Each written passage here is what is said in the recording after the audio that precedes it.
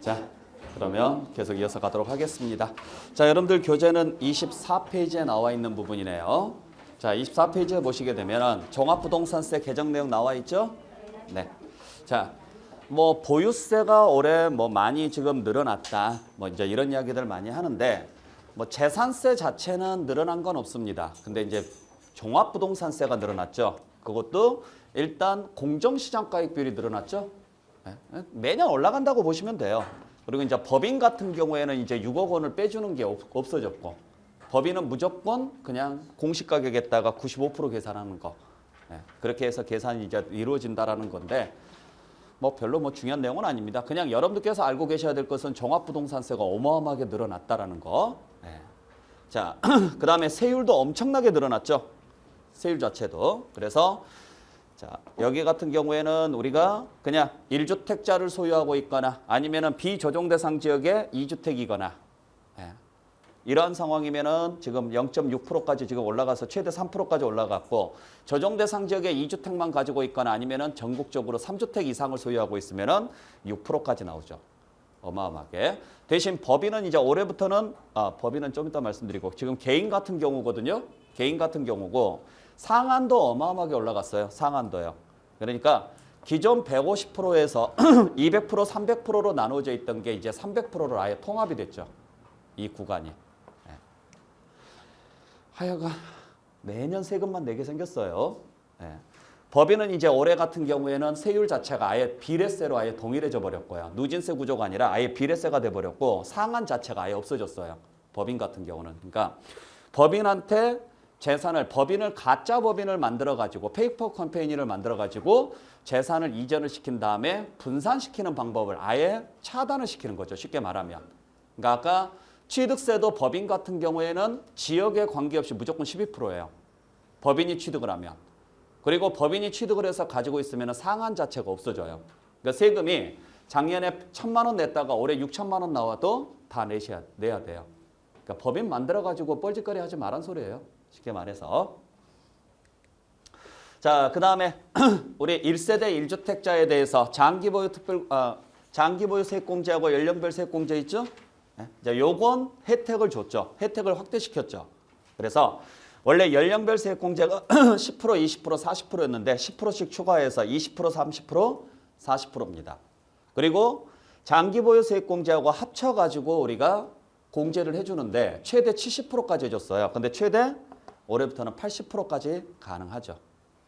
그러니까 1세대 1주택자만 혜택을 본다라고 보시면 되는데, 자, 이제 문제가 생기는 게 뭐냐면 이번에 이제 새로 나온 내용 중에 하나가 이제 이 내용이 지금 하나 나왔죠. 그러니까 1세대 1주택자로서 혜택을 받을 수 있는 사람. 우리가 1세대 1주택자가 되면은 3억 원을 빼주죠. 그러니까 주택 같은 경우에는 계산식이 어떻게 되는지 아시죠? 공시가격에서 6억을 뺍니다. 6억을 빼서 여기에다가 올해는 95%죠. 내년부터는 이제 공정시장가액비율 없어져요. 그러니까 이게 매년 5%씩 상승을 해서 내년에는 100%가 돼요. 그러니까 작년에가 90%였고 올해가 95%고 내년은 100%가 되니까 이제 내년에는 없어지는데, 이게 과세 표준이 되고 여기에다가 누진세를 곱한다고요. 그래서 세금이 나오면 이렇게 계산을 해서 이제 쭉 간 다음에 여기 세금을 계산해서 내면 되는데, 1세대 1주택자가 되면은 여기에서 얼마 공제해줘요? 3억 원을 공제를 해줘요. 그래서 우리가 1주택자는 얼마 뺀다 그래요? 9억 원이 넘어가면은 세금이 없다라고 이야기하죠. 거기에다가 지금 연령에 따른 세액공제를 받을 수가 있죠. 연령에 따른 세액공제하고 60세 이상일 때 어느 시점을 기준으로 따져요? 6월 1일. 종합부동산세는 무조건 6월 1일로 판단합니다. 그 시점에 60세 이상이고 5년 이상 보유했으면 이 세액공제를 받을 수가 있다고. 최대 몇 프로까지 받을 수 있어요? 80%까지. 방금 말씀드렸던 것처럼. 그러니까 최대 80%까지 우리가 공제를 받을 수가 있는데 이게 누구만 지금 가능했냐면 이 제도가 1세대 1주택자만 됐었어요. 그것도 단독명의였을 때. 그러니까 공동명의는 안 해줬다는 이야기죠. 왜 공동명의로 안 해주는지는 아시죠? 종합부동산세가 인별로 계산하니까 그래요. 그러니까 예를 들어서 12억짜리를 가지고 있다라고 가정을 했을 때 단독명의면요. 12억짜리가 단독명의로 되어 있다. 예를 들어서 그러면은 단독명의로 되어 있게 되면은 자 12억에서 9억을 빼고 남은 3억에다가 95%를 곱한 금액을 과표로 잡아서 여기에다가 세율 곱해서 세금 계산해서 냈다고요. 근데 이게 공동명의면 지분율이 동일하다고 가정을 했을 때 6억씩 빠지죠? 그러니까 6억을 빼면은요. 남는 게 없어요. 그래서 세금이 안 나왔단 말이에요. 그러니까 어차피 공동명의는 금액이 분산되니까 혜택이 있는 거 아니냐. 그래서 원래 혜택을 안 줬는데 문제는 이제 뭐가 문제가 되느냐면 예를 들어서 30억짜리다. 요즘 이제 아파트 값이 많이 올랐으니까. 그러면 단독명의는 요 30억에서 얼마 빼줘요? 9억을 빼준단 말이에요. 단독명의는. 그리고 나중에 가서 이분에 따라서 뭐 또 받을 수가 있느냐면 세액공제 혜택도 받을 수 있어요. 근데 공동명의면요. 15억씩 빠지죠? 15억씩 빠진 다음에 6억을 뺀단 말이에요. 그렇게 해서 나온 금액을 가지고 하되 세액공제가 혜택은 못 받아요. 근데 결국 이렇게 계산해서 나온 금액이 얘보다 훨씬 더 커요. 나중에 보면. 그래서 안 되겠다 싶어서 이런 논란의 여지가 있어서 올해 이번에 이제 새로 신설된 내용이죠. 최근에 신설된 내용인데 공동명의 같은 경우에도 1주택으로 신고를 할 수가 있습니다. 이제. 그러니까 선택할 수 있게끔 됐어요. 그러니까 그냥 나는 공동명의로 가서 쪼갤래. 쪼개서 그냥 6억만 빼고 세액공제 혜택 안 받을래. 아니야. 나는 하나로 묶어서 1주택으로 갈래. 1주택으로 가서 9억을 공제받고 세액공제도 받을래. 선택이 가능해졌다고요. 아셨죠? 그러니까 두 개를 다 계산을 해봐야죠. 공동명의로 가는 게 나을 것이며 공동명의로 해서 그냥 단순히 공동명의로 가서 금액을 쪼개는 게 나을 것인지 아니면은 공동명의 1주택으로 봐서 1주택으로 간주를 해서 9억을 공제를 받고 세액공제 받는 게 나을 것인지 이게 이번에 신설된 내용이에요. 네.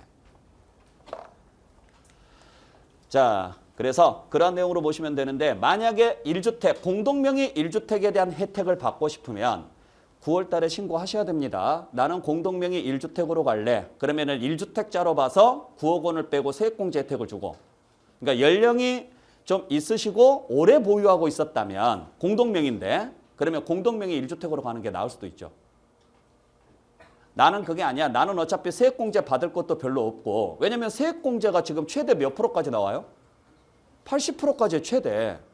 그러면 최대 80%면 나올 세금의 80%까지는 세금이 없다는 소리잖아요. 어마어마한 혜택인 거죠. 그러니까 나는 세액공제를 받는 게 훨씬 더 낫겠다라고 한다 그러면 금액 분산 안 시키고 그냥 하나로 모아서 계산을 하는 거고 나는 그냥 금액 쪼개서 가는 게 낫겠다라고 생각을 한다 그러면 그때는요. 신청 안 하시면 되고 그러면 알아서 자연스럽게 금액 쪼개서 계산하는 거고 그래서 20억짜리다. 그러면 20억을 가지고 단독 명의로 한번 계산을 해보고 20억을 가지고 공동 명의로 한번 계산을 해보고 내 나이하고 그 다음에요. 보유기간을 가지고 판단을 했을 때 그렇게 보시면 돼요.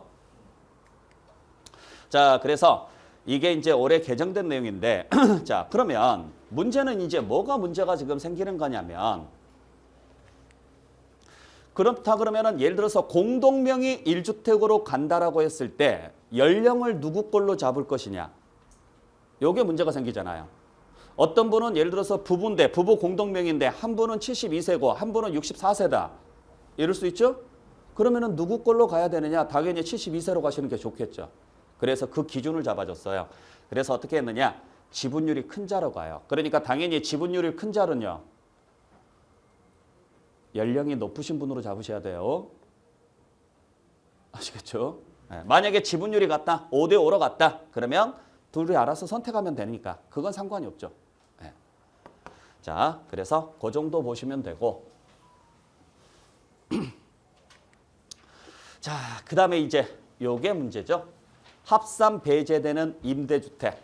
네. 합산 배제되는 임대주택은 자, 우리가 임대주택이 종합부동산세 포함되느냐 안 되느냐 주택수 계산할 때 그러니까 아까 조정 대상 지역의 2주택, 조정 대상 지역의 집이 두 채만 있거나 아니면 조정 대상 지역이든 비조정 대상 지역이든 상관없이 전국에 집이 세 채 이상이 되게 되면 세율도 올라가고 그다음에요. 상한도 늘어나죠.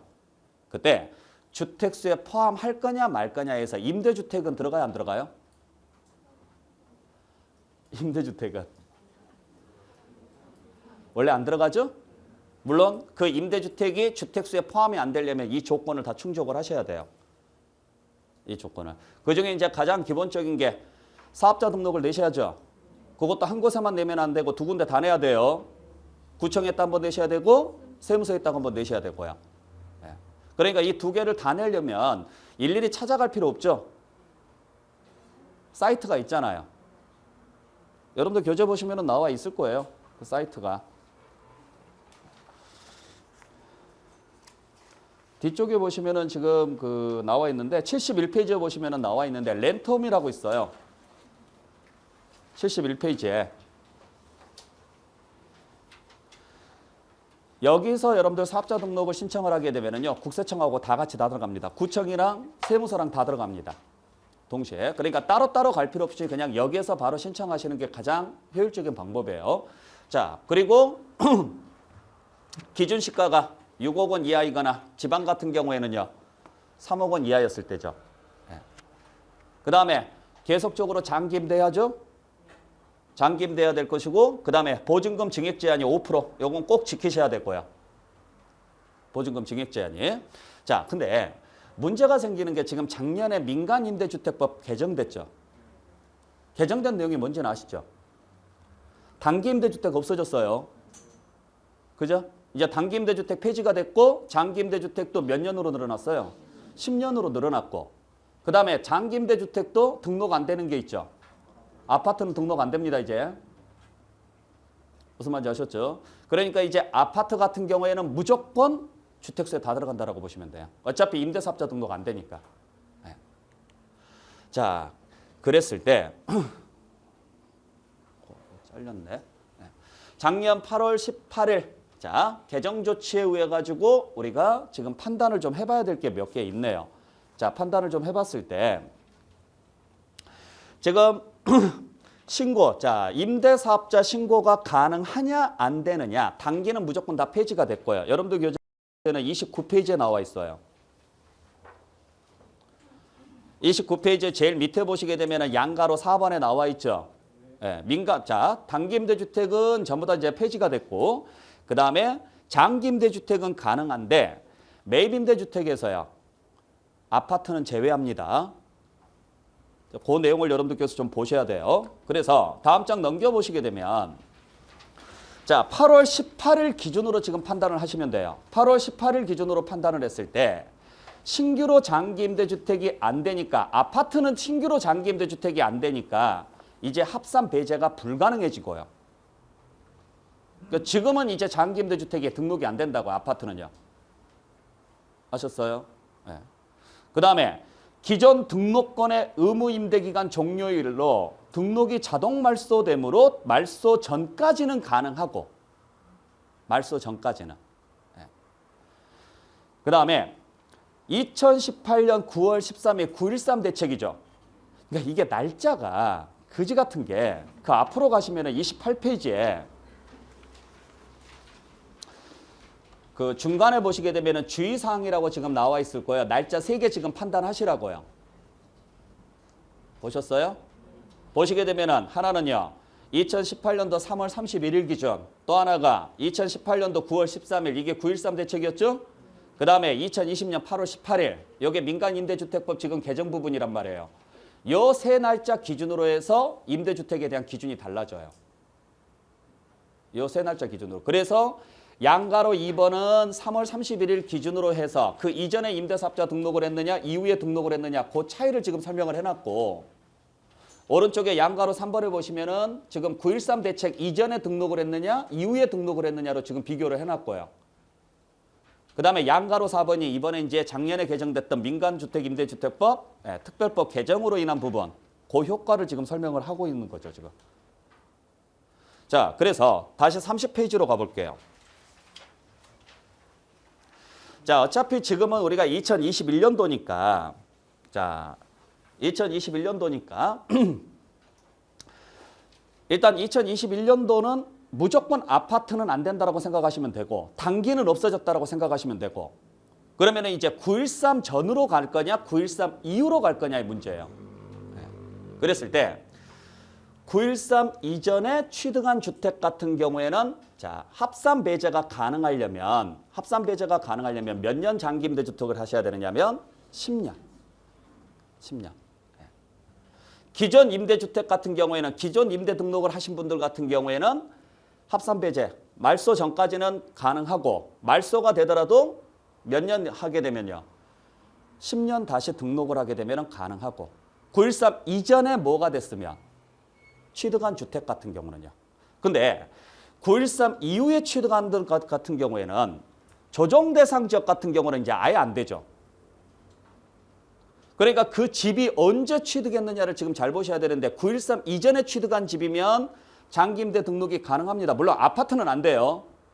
근데 9.14 이후에 취득한 집 같은 경우에는 장기임대 등록을 하더라도요. 조정 대상 지역은 안 돼요. 아예. 날짜 잘 판단하시라고요. 아시겠죠? 대신 비조정 대상 지역 같은 경우에는 똑같이 적용을 해줍니다. 10년 장기임대주택 등록하게 되면 가능하고요. 만약에 기존에 등록된 게 있으면요. 말소 전까지는 가능하고 말소되더라도 이후에 다시 10년 장기임대 등록하면 되고 대신 무조건 무엇은 안 돼요? 아파트는 안 돼요. 그래서 지금 빠졌는데 아파트는 무조건 안 된다고 보시면 돼요. 자, 그래서 이러한 내용들로서 여러분들께서 다시 한번 정리를 좀 해주셔야 돼요. 그러니까 9.13 이전에 2018년도 9월 13일 이전부터 가지고 있었던 집입니까? 아니면 그 이후에 취득한 집입니까? 그 이후에 취득한 주택 같은 경우에는 조정 대상 지역에 있는 주택은 절대로 합산 배제 안 된다. 조정 대상 지역은 비조정 대상 지역만 장기 임대 등록 그것도 이제 8년짜리가 아니라 10년짜리로 등록했을 때 그러니까 이 10년으로 늘어난 게 작년에 지금 개정이 됐기 때문에 그래요. 다 알고 계실 거니까. 그 내용을 여러분들께서 좀 보시라는 이야기입니다. 자, 그러면은 한번 보죠. 자, 1번 같은 경우 지금 보시게 되면은 조정 대상 지역의 2주택을 보유하고 있는 상태에서 2020년 9월 1일 주택 1호가 자, 조정 대상 지역에서 해제된 경우 일반 세율을 적용받느냐 안 받느냐. 자, 해제된 시점을 기준으로 판단하는 게 아니라 우리 종합부동산세는 무조건 어느 시점을 기준으로 판단해요? 그렇죠. 자, 6월 1일 기준으로 판단하기 때문에 우리가 작년까지 그러면 올해도 마찬가지라는 이야기죠? 올해도 마찬가지입니다. 올해 만약에 6월 1일 이후에 조정 대상 지역이 해제가 된다 그러면 올해까지는 중과세가 그대로 적용이 되고 그 다음에 내년부터는요. 중과세가 적용이 안 되고 그러니까 해제 기준 시점이 지금 종합부동산세가 몇 월 달에 나와요? 12월 달에 나오잖아요. 12월 이전에 해제가 됐다고 하더라도 6월 1일 시점에 조정 대상 지역이면 조정 대상 지역에 그대로 적용을 받는 거고 아셨죠? 6월 1일 시점에 조정 대상 지역이 아니면 그냥 일반적인 주택으로 봐서 적용을 해주는 거고 그렇게 여러분들 정리하시면 되고 자, 그 다음에 두 번째 3주택을 보유한 상태 모두 비조정 대상 지역에 있습니다. 한 채를 임대사업자 등록 후에 합산 배제 적용되는 경우 적용할 세율은 뭘로 갈 것이냐. 자, 우리 임대사업자 등록을 했습니다. 장기 임대사업자 등록을 했을 때 비조정 대상 지역은 주택수에 들어가요, 안 들어가요? 안 들어간다 그랬잖아요, 아까요. 조정 대상 지역은 합산 배제가 안 되지만 아셨죠? 대신 비조정 대상 지역은 장기 임대 등록을 하게 되면 합산 배제가 되는 거예요. 자, 그래서 비조정 대상 지역의 2주택에 해당한다. 그러니까 2주택에 해당한다라는 이야기는 아까 우리가 봤던 것처럼 자, 조정 대상 지역에 주택이 있느냐 아니면 비조정 대상 지역에 주택이 있느냐 그랬을 때 비조정 대상 지역에 주택이 있었을 때는 자, 조정 대상 지역에 집이 두 채가 있고 여기에 하나도 없었을 때 그 다음에 전국에 집이 3개 이상일 때 이때는 최대 몇 프로까지 나와요? 6%까지 나와요. 여기는. 그리고 상한이 몇 프로예요? 300%죠. 근데 이 사람 같은 경우에는 지금 집이 몇 채입니까? 세 채입니다. 그러면 원래 이쪽에 들어와야 되거든요. 여기에 들어오면 최대 3.2%까지 나오는 거고 여기에 들어오면. 그러니까 세율 차이가 어마어마하게 나는 거예요. 거의 2배 이상 차이가 나는 거예요. 근데 둘 다 지금 비조정 대상 지역인데 하나가 장기임대 장기임대 등록을 했다? 그러면은 이 사람은요. 여기 안 들어오죠? 그렇다고 해서 여기에도 안 들어오죠? 그러면 이쪽에 들어오겠죠. 그러니까 이 세율을 적용받는다 이야기예요. 상한도 이렇게 적용을 받고. 자, 그 다음에 세 번째. 부부가 조정 대상 지역에 소지하는 주택 두 채를 각각 50% 지분을 소유하고 있는 경우. 자, 주택수 판정은 어떻게 할 것이냐. 자, 부부가 가지고 있습니다. 집을 두 채를 가지고 있는데 2호를 각각 50%씩 소유하고 있다. 그러면은 어떻게 되느냐면은 우리가 모두 조정 대상 지역의 2주택으로 해당한다라고 보시면 돼요. 왜냐면은 공동 소유주택은 누구 걸로 보느냐면 각자 소유하고 있는 걸로 봐요. 공동 소유주택은. 그래서 이건 부부가 가지고 있다고 하더라도 공동으로 지분만 가지고 있다고 하더라도 이건 주택수에 들어갑니다. 그리고 참고로 지분을 가지고 있든 아니면 토지만 가지고 있든 관계없이 전부 다 뭘 소유하고 있는 것으로 봐요? 집을 가지고 있는 것으로 봐요. 그래서 주택수에 그대로 다 포함을 시킨다라고 보시면 돼요. 주택수에. 자, 그 다음에 뭐 중간에 나와 있는 것들은 별로 의미 없는 것들이라서 제가 좀 뺐습니다. 빼고 필요한 것들만 좀 몇 가지만 더 볼게요. 자, 8번으로 가보시게 되면 지금 뭐가 나와 있느냐. 자, 8번으로 가보시게 되면 5% 상한 있죠. 임대료. 증액 상한. 이거 위반했다. 그러면 합산배제 적용받지 못하느냐. 몇 년간은 지금 제외되느냐면은 2년간. 네. 잘 보시길 바랍니다. 그래서 5% 상한 위반했을 때는 그 위반한 연도 당연히요. 배제 대상에서 제외됩니다. 그러니까 합산된다라는 이야기예요. 또 그 다음 연도까지 몇 년까지는 지금 안 되는 거예요? 2년까지 안 되는 거예요. 자, 그 다음에 9번에 상한을 위반했을 때, 임대료 상한을 위반했을 때 감면받은 세액은 추징이 되느냐 안 되느냐라고 했었을 때 상한 위반한다고 하더라도 원래 추징되는 것이 원칙이에요. 상한을 위반하면 5% 상한되는 게 위반되면. 근데 이미 의무 임대 기간 5년이나 8년이 지난 상태라면 그때는 추징은 안 돼요. 추징은 안 되지만 무엇은 가능하냐면 2년 동안만 합산해서 배제, 다시 말해서 합산 배제에서 제외되는 거고 2년 후부터는 다시 들어가요. 그러니까 8번하고 9번은 같이 연결해서 여러분들께서 보시면 되죠. 그러니까 5% 상한 자체를 임대료 상한 5%를 위반을 했을 때 합산 배제가 되는지 안 되는 것은 몇 년간 안 되는 거예요? 2년간. 아셨죠? 대신 나머지 것들 추징이 되느냐 안 되느냐 당연히 추징이 됩니다. 추징이 되는 게 원칙인데 의무 임대 기간을 다 지켰다면 그 부분에 대해서는 추징 안 돼요. 네. 그 다음에 요 10번하고 11번이 좀 잘못 나와 있어서 지금 말씀드릴게요. 그러니까 요걸 지금 만들었을 때는 아까 공동명의 1주택에 대한 규정이 없었을 때. 그래서 아까 말씀드렸던 것처럼 자 부부가 공동으로 1주택을 소유하고 있으면은 세액공제 받을 수 있는지 없는지 원래 없어야 정상이거든요. 근데 이번에 신설됐다 그랬죠? 그러니까 그건 고쳐주셔야 돼요. 자, 부부가 공동으로 1주택을 보유하고 있으면은요. 1세대 1주택에 해당하지 않기 때문에 세액공제를 받지 않는다. 이게 원칙인데 아까 봤던 것처럼 공동명의 1주택으로 신청을 하면 그때는 받을 수 있다고요. 공동명의 1주택으로 신청을 하면 9월 달에. 그러니까 아까 선택할 수 있다 그랬죠? 나는 그냥 단순 공동명의로 갈래. 나는 공동명의 1주택으로 갈래. 두 개를 선택할 수가 있다고요. 그래서 공동명의 1주택을 선택을 하게 되면 받을 수 있습니다.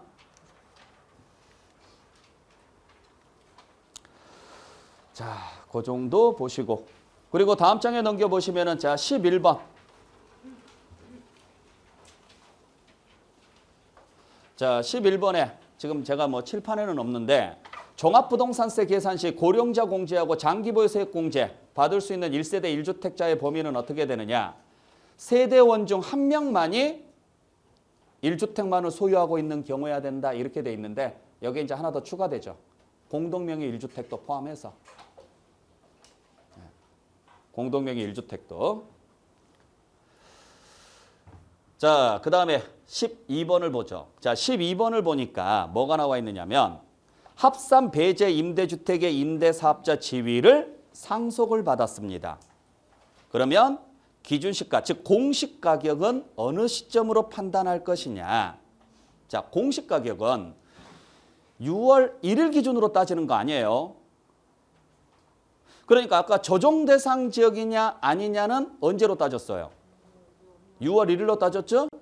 공시가격은 임대 개시일로 따집니다. 임대 개시일로. 6월 1일로 따지는 게 아니라. 그것도요. 상속인의 임대 개시일이 아니라 어차피 계속 늘어나잖아요. 그래서 피상속인, 원래 처음 임대했던 사람의 개시일을 기준으로 따져, 상속은. 이제 매매나 증여 같은 경우에는 어차피 내가 원해서 받은 건데 상속은 자동 승계잖아요. 그래서 상속만큼은 누구 시점으로 판단하느냐면 그 사망하신 분의 임대 개시를 기준으로 해서 공시가격을 따져요. 그래서 6억 원 이하이거나 지방 같은 경우는 3억 원 이하면은요. 배제시켜준다 그랬잖아요. 네, 그대로 보시면 되고. 자, 그 다음에 임대주택이 아닌 종전주택을 재건축하여 취득한 신축주택을 임대주택 등록 시 합산 배제 임대주택의 판정 방법은 어느 시점으로 가느냐. 자, 종전주택을 재건축을 해서 취득을 했고 그 신축주택을 임대주택 등록했을 때 합산 배제되는 거 어느 시점으로 가요?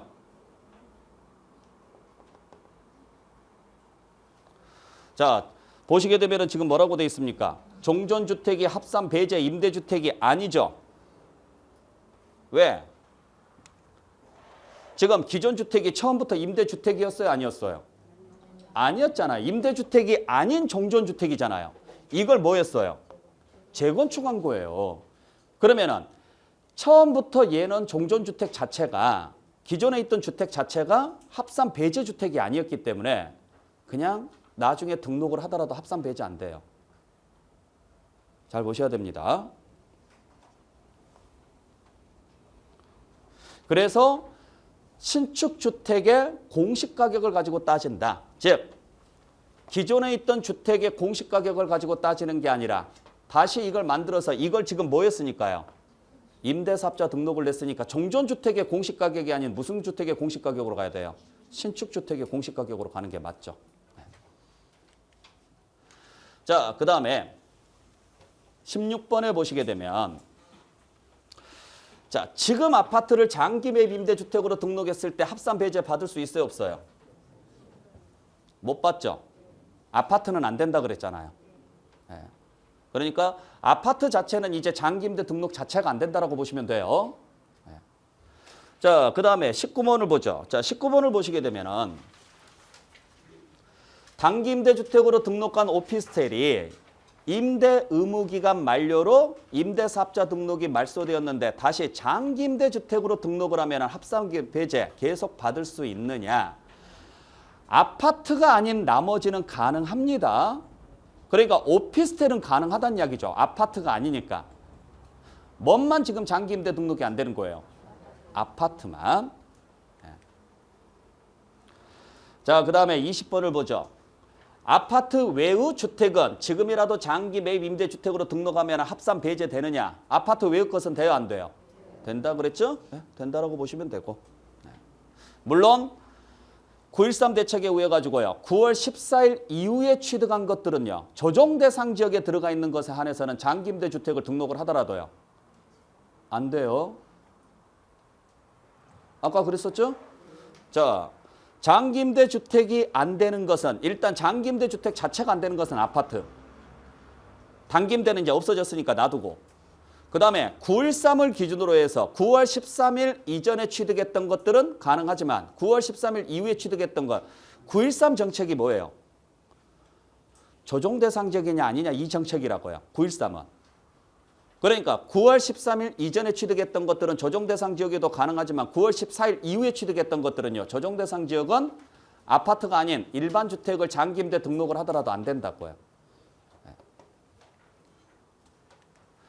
자, 그래서 여기까지가 여러분들께서 살펴봐야 될 부분이니까 자, 우리가 종합부동산세에서는 여러분들께서 생각을 해보셔야 될 게 지금 내가 종합부동산세를 어떻게 하면 피할 수 있을까 이런 생각을 지금 많이 해보셔야 되잖아요. 근데 이제는 뭐 종부세 자체를 피할 수 있는 방법은 거의 없어요. 그러니까 우리가 지금 종합부동산세를 피할 수 있는 방법이 뭐였었느냐면 일단 공동명의예요. 공동명의를 해서 뭘 해야 돼요? 분산시켜야 돼요. 근데 공동명의를 해버리게 되면 이제 뭐가 되느냐? 주택수에 포함이 돼요. 각자 주택을 소유하고 있는 것으로 보니까. 그러니까 이것도 우리가 고민을 좀 해봐야 될 부분이고 그 다음에 아예 내 재산을 자녀에게 팔아버린다거나 증여를 해야 돼요. 근데 팔게 되면 양도소득세가 너무 세고 증여를 하자니 취득세가 너무 세졌고 지금 그런 상황이죠. 그러니까 한마디로 결론으로 따진다 그러면 그냥 세금 낼 생각 하셔야 돼요. 피할 방법이 없어요. 참고로 우리가 막 인터넷에서 이렇게 하면은 세금이 줄어듭니다라고 이야기를 많이 하거든요. 그건 원래 낼 세금보다 조금 줄어든다는 거지 전에 냈던 것보다 줄어들지는 않아요. 무조건 늘어나요. 무조건. 네. 그러니까 근데 요때 이제 가장 많이 썼던 방법이 계속적으로 뉴스에서 나오고 뭐가 나오잖아요. 이렇게 하면은 어떻게 됩니다. 이렇게 하면 어떻게 됩니다. 그러니까 정부랑 우리랑 싸움이에요. 정부는 정책을 냅니다. 그러면 우리는 뭘 찾아요? 피해 나갈 구멍을 찾아요. 그러면 이제 그 이야기가 돌아요, 안 돌아요? 돌면 다시 모니터링을 해서 그걸 막을 방법을 정부에서 냅니다. 그리고 정부는 그걸 내면 또 우리는 그걸 또 피할 방법을 찾아요. 또 모니터링해서 이렇게 해요. 그러니까 서로 줄다리기 하는 거예요. 계속 순환이에요. 그러니까 이게 서로 모르고 넘어가야 돼요. 입 밖에 내면 안 되는데 서로가 알고 다 이야기를 다 해버리니까 정부에서는 그걸 어차피 다 모니터링을 해요. 인터넷 다 뒤져가면서 아 이렇게 하면은 내가 만든 법이 허점이 있구나. 야 요거 막아. 이런 식으로 간다고요. 그러니까 이제는 거의 허점이 없어지는 거죠. 앞으로도 계속. 그중에 하나가 허점이 뭐였었느냐면 신탁이었어. 신탁. 그래서 아마 들어보셨을 거예요. 내가 신탁을 하게 되면은 신탁회사에다가 재산을 신탁을 하게 되면은 재산도 넘어가지만 등기도 넘어가거든요. 소유권이. 무슨 말인지 아시죠? 그래서 이게 넘어가게 되면은 내 명의로 안 돼 있으니까 재산이 분산이 돼요. 그래서 종부세를 좀 줄일 수 있는 방법이 있었어요. 그리고 나중에 신탁 기간이 끝나면 돌려받으면 되니까. 그러니까 재산은 안전하고 종합부동산세는 피할 수 있었어요. 그게 뉴스에서 몇 번 나왔었죠. 인터넷 기사로. 안 봤어요? 보신 분들 있을 거예요. 그래서 올해부터는 신탁 재산도 종부세 포함시킵니다. 올해부터는. 그래서 올해 종합부동산세, 재산세 납세무자가 바뀌어버렸어요. 아마 공부해보신 분, 예전에 공부하셨던 분들은 아시겠지만은 신탁 재산에 대한 재산세나 종합부동산세는 고지서가 누구한테 보내느냐면 수탁자한테 보냈어요. 수탁자. 왜냐면 수탁자가 가지고 있으니까 신탁회사에 보냈다고요. 근데 올해부터는 위탁자로 다시 바꿨어요. 합산하려고. 못 피해요 이제. 네. 자, 방법은 하나밖에 없죠. 허물고 없애버리는 방법. 네.